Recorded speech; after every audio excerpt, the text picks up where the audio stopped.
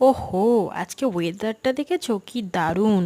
পুরো বৃষ্টি আসার আগের মুহূর্তে যেমন ওয়েদারটা থাকে, ঠান্ডা হাওয়া দেয়, পুরো রোম্যান্টিক। যাই হোক, ছাদ থেকে এসে এখানে রান্নাবান্নাও সেরে ফেললাম। আর যোগু মহাশয়কে দেখো, চান করবে একা একা। সে এত বড় হয়ে গেছে, নিজে নিজে মগ নিয়ে নিজের গায়ে জল ঢালছে। যাই হোক, ওকে স্নান করিয়ে নিজেও খাওয়া দাওয়াটা সেরে নিলাম। খাওয়া দাওয়া সেরে চলে এলাম চুল আঁচড়াতে। কি না, 2 সপ্তাহ ধরে চুল আর আঁচড়ানো হয়নি। এত জট হয়ে গেছে, না পেরে লাস্টে আজকে আঁচড়েই নিলাম।